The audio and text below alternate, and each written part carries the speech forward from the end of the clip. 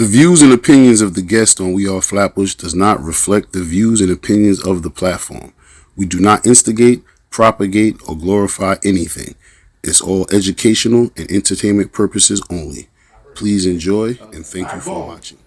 So now we So well, look again on the special that there's a 31 special that came from Bayside High School to put you down on Hillside. You get off there and you walk. There's only one bus that runs down Hollis Avenue, and that's the Q2.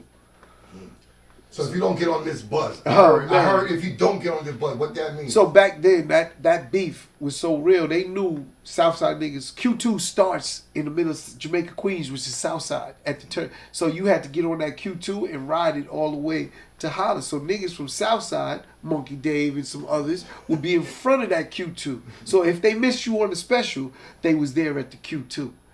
You understand? So he didn't take days off. He didn't take days off. He didn't have no Jewish holidays, none of that shit.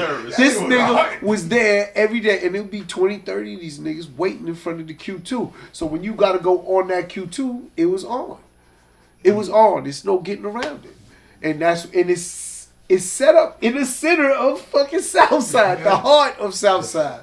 So we get on that Q2, and if you didn't get on the Q2, everyone in Hollis, they standing on the blocks, 2/3, that's where like, let's call that home base. Hollis and 2/3 was home base. It used to be Mama's family restaurant. It was like a little pizza shop, had a little phone in there. If you had trouble, you call that phone. That was the Hollis hotline. So if we had beef somewhere, you call that number, someone pick up, we coming. How y'all coming? Cars? Yeah, well, bikes? you know, cars. They would have someone would have a car, vehicle, or something like that. We had motorcycles and stuff like that. So it was like that. So here we go, boom. Call that thing. But if you didn't get on that Q2 and niggas didn't see you on it, they like, did you go to school? Why didn't you on that bus? Because they knew you was front and they're not going through that fucking problem that's standing in front of the bus. So that's how they got tech where you from and all that. Yeah. That's a fact. Only place you going if you on that Q2 is Hollis. That's it. Wow. So let's take it to the streets of Queens now. Hollis and Southside. Like you said earlier, that was y'all rivals. Yeah. And like you said, Hollis birthed people like you, your brother, Run DMC. Jam Master J, shout out Jay, man. But Southside, who they birth? Who come from Southside? Oh, they got artists over there too. You know, they got artists over there too. Even the biggest artist they have is 50 Cent. You know what I'm saying? Oh wow. You know, all of those got G-Unit guys. They all over there. That's who that Southside birth. Okay. Yeah. So since you just brought up the guy 50 up, Yeah. you know what I'm saying? You know, I'm bad with names. There's another group. I don't mean to just leave them as the only ones that was birthed out of Southside. Damn. I want to say Lost Boys, right? There you go, Lost Boys. But you know, they're they all for say the Lost Boys turn G Unit. They say a lot of Lost Boys turn G Unit. Well, I don't know. That could be all game. It's all good. If they did, you know, I know all the Lost Boys. It's all good. It's no problem at the end of the day.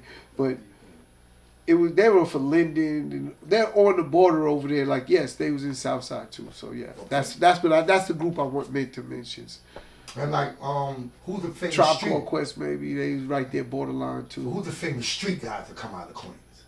A street? I mean, out of Southside. It was Supreme. There ain't no other body. There is other people. Let me not say that. There's Tommy Mickens. I don't know if you know who Tony Montana is. Shout out Tommy. Come on, talk about it. You know what I'm saying? Come on. He's one of the originals. You got Fat Cat, of course, who is a Brooklyn native, but made his name really out in Queens, Southside Queens. You know, the Corleys. You know what I'm saying? I mean, the Furtado brothers. There's a lot of legends that came out of Southside from that era. And there's more, and I'm not big. May not remember everybody's name. If I forgot you, my bad. I'm just telling you, I'm getting old. That's a fact. Well, the reason I asked you all of that, you know what I'm saying, because it was a point in time. Black Just, come on, I ain't got to throw Rest in peace, Black Just, man. It was a point in time when a lot of Southside or some Southside crews came to Hollis and set up shop. And I heard that a lot of Hollis dudes didn't like that. I don't know about that. I'm not a drug dealer. That's number one. I'm going to keep it a buck. I stand on that. I never sold drugs my whole life. Which was very easy to do because everyone I knew did. I might have robbed drug dealers. Mm-hmm. I never sold drugs. Well, technically, I probably did because whatever I robbed, I got rid of. So let's talk about that. Let's talk about that. Let's talk about you see. But I never sold drugs, so it's very weird. But in Hollis, when you say they set up, I don't know anyone during my time frame that was running over there with anyone from Southside because it would have been a problem at the time, you know. But again, because I didn't sell drugs, maybe I missed something. But to best of my knowledge, I'm going to say I didn't miss shit. But because it would have been a problem because we really had problems with niggas from Southside, not because of any other reason except location.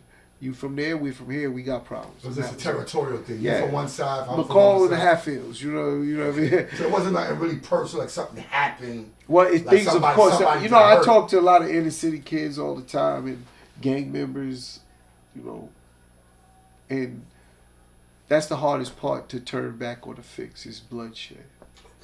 You know, bloodshed is hard, loss is even harder. So, damn near impossible sometimes, but it can happen. I've seen it happen. And it really takes level-headed people to hear it out, to understand it's better for everybody if that's what goes on. Okay, You know, cool. again, but there's this. Look, I don't want to be a hypocrite in the sense that I'm saying that, but and I live that. Like people called me up when I was young. I was one of the few dudes in Hollis that had guns. I had a lot of guns when I was young. I looked at guns as money. See, I was different. My business mind was always there. I could have bought a gun, $300, $500.